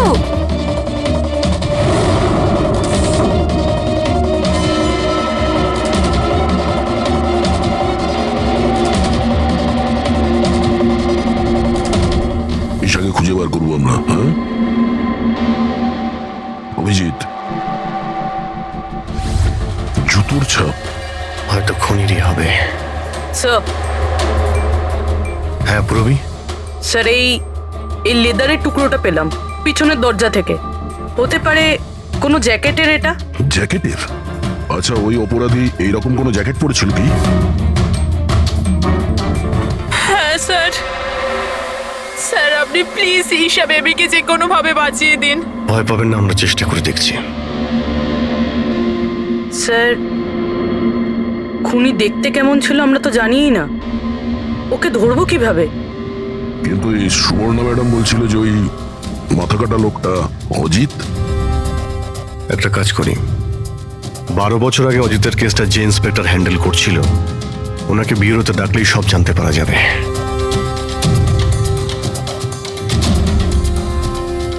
দেখুন, আপনারা সবাই খুব প্রয়োজন না হলে বাড়ি থেকে বেরোবেন না। বাড়ির দরজা জানলা ঠিক করে বন্ধ করবেন। আর হ্যাঁ, বিশেষ করে বাচ্চাদের ওপর নজর রাখবেন, ঠিক আছে? আমাদের একজন অফিসারকেও আমরা এখানে রেখে দিচ্ছি। হ্যাঁ, খেয়াল রাখবেন নিজেদের।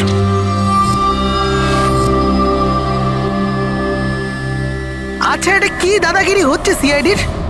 বাড়িতে থাকবে, একটা মার্ডার কি হয়ে গেছে, আমরা কারফিউ লাগে বাড়িতে বসে থাকবো? কোনো দরকার নেই বাড়িতে বসে থাকার। আজকে আমার বার্থডে, আজকে আমরা পার্টি করব। হ্যাঁ দেখো বাবা, সিআইডি যেটা বলে গেছে আমাদের ভালোর জন্য বলে গেছে, আমাদের ওদের কথা শোনা দরকার। তো আপনি শুনুন না, আমাদেরকে শেখাবেন না কি করতে হবে। না ম্যাক, আমার মনে হয় কমল আঙ্কেল না একদম ঠিক বলছে, আমাদের ওনার কথা মানা উচিত। আরে কমলা আঙ্কেলের চামচা কি ঠিক বলছিল যে মৃত অজিত ফিরে এসেছে আর আমরা তার জন্য বাড়িতে বসে থাকবো? কিন্তু শোন, তুই বার্থডে পার্টিতে যেতে চাস তো তুই না তোর মাথা বেশি চালাস না, যেরকম আমরা বলছি সেরকম চুপচাপ করতে থাক। কিন্তু মা বাবা, আরে ওদের কি আছে, ওদেরকে তো আমরা রাজি করিয়ে নেব।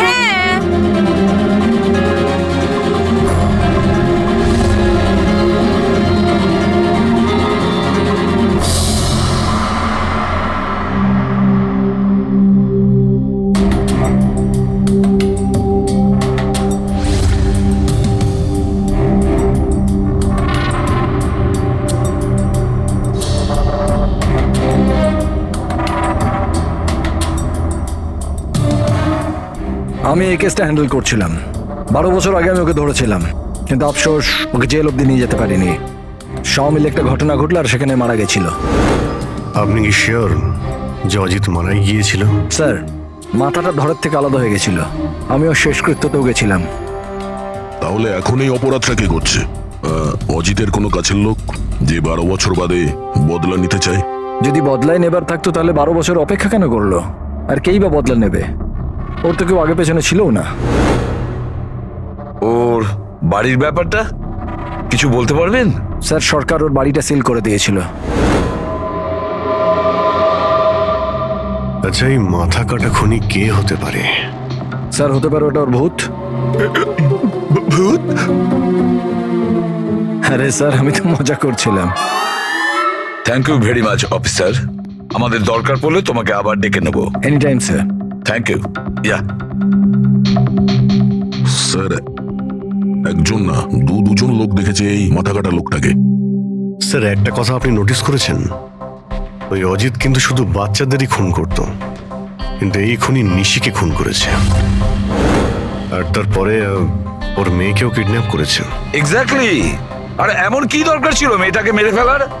কিডন্যাপিং এর সময় বেচারি মেয়েটি বাড়িতেই ছিল না। হ্যাঁ স্যার, কিডন্যাপের সময় ওই আয়া মায়া ছিল ঘরে। আর কারোর যদি খুন হওয়ার কথাই ছিল এই কিডন্যাপের জন্য, তাহলে নিশ্চিত নয়, মায়ার খুন হওয়ার কথা ছিল। মেয়েটি নিশ্চয়ই কোনো বিশেষ কারণে খুন হয়েছে। পুরবি, নিশার স্বামী কবে আসছে? স্যার কালকে সকালে। কাল সকালে? একটা কাজ করো পুরবি, তুমি ফেডরিক আর পঙ্কজকে নিয়ে ওই কলোনিতে যাও, আর ওখানে যারা রয়েছে তাদের উপর নজর রাখো, বিশেষ করে বাচ্চাদের ওপর। আমরা থাকতে কোনো বাচ্চাদের ক্ষতি হতে দেব না। হ্যাঁ সারিকা, বলো। স্যার, ওই মেয়েটার গলায় যে রক্ত পাওয়া গিয়েছিল না, তাতে আমি কিছু মেটালিক পার্টিকেলস পেয়েছি, কিছু ধাতুর কণা পাওয়া গেছে। আরে এটা কোনো প্রমাণ হলো নাকি? যে অস্ত্র দিয়ে মেনেছে তার তো কণা থাকবেই। আরে না না, এই কণাগুলো একটু অন্যরকম। এই জন্য আমার এগুলোর কার্বন ডেটিং করতে হবে। Carbon dating? কিন্তু কেন কার্বন ডেটিং কেন? ব্যাস একবার রেজাল্টটা আসুক, সব পরিষ্কার হয়ে যাবে। কিন্তু স্যার, আমার মনে হয় এই মাথা কাটা খুনি আসলে অজিতই হবে।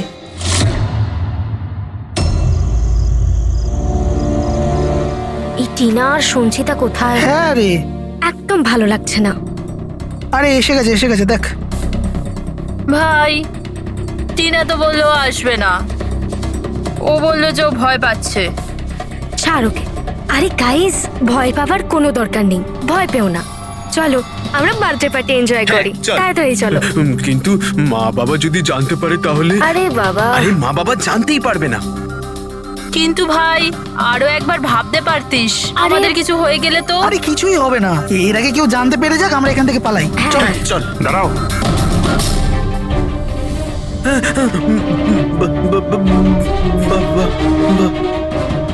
আরে কি হচ্ছে এখানে? কোথায় যাচ্ছ তোমরা? ব্যাগ, গাড়ি, এত রাতে কোথায় যাচ্ছ তোমরা? আঙ্কেল, ওই বলেছিলাম না বার্থডে পার্টি সেলিব্রেশন করতে যাব। হ্যাঁ আঙ্কেল, আমার বার্থডে, আমরা তো খুব এনজয় করব। বোকার মতো কথা বলো না। সিআইডিরা বাইরে যেতে বারণ করেছে তো। আরে যেতে দাও না, কেন বকছো? এমনিতেও আমাদের সানি তো বাইরে কোথাওই যায় না, একটু যাক না, ভালো লাগবে। যা খুশি করো, কিন্তু কারোর যদি কিছু হয়ে যায় না, তার দায় কিন্তু আমার না। আরে আঙ্কেল, কিচ্ছু হবে না, আমরা বাচ্চা নাকি, চিল। আরে কি দরকার যাওয়ার? দেখছিস তো কি অবস্থা চারদিকে। ওই গলাকাটা লোকটা এখানেই ঘুরছে। কিচ্ছু হবে না, শুধু আমাদের যেতে দাও। আর এমনিতেও আমরা কি বাচ্চা নাকি? আরে যেতে সিআইডি দাও তো না, বারণ বাচ্চারা করেছে। যেতে আরে চাইছে। আপনিও না।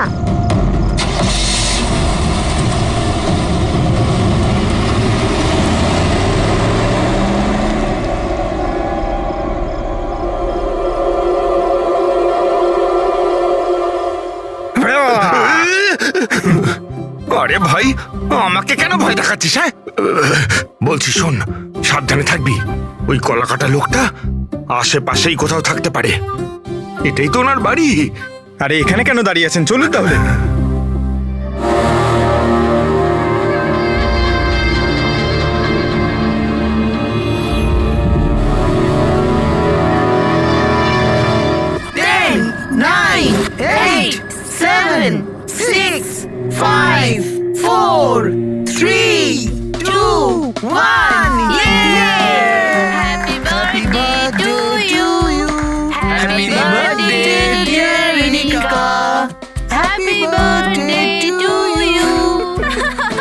কি হয়েছে?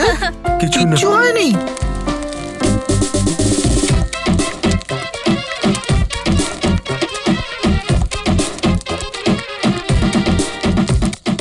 আরে তোর দ্বারা হবে না, চল যা ভেতরে গিয়ে নাচ। চল যা যা।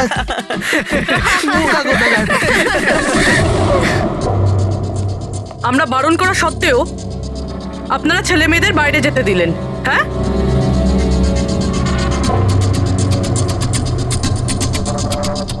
স্যার, স্যার এখানে একটা প্রবলেম হয়েছে।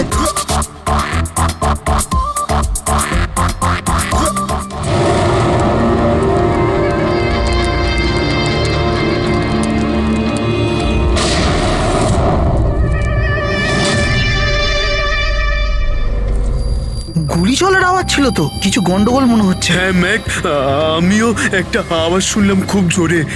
কোনো গন্ডগোল নয়, আর কোনো গন্ডগোল হলে না আমরা সামনে নেবো। এক কাজ করো, তোমরা দুজন ওখানে গিয়ে দেখো, আর তুমি এদিকে, আর আমরা পিছনে যাচ্ছি। আর আমি তুই না এই মাটিতে গর্ত কর আর তার ভেতরে লুকিয়ে পড়।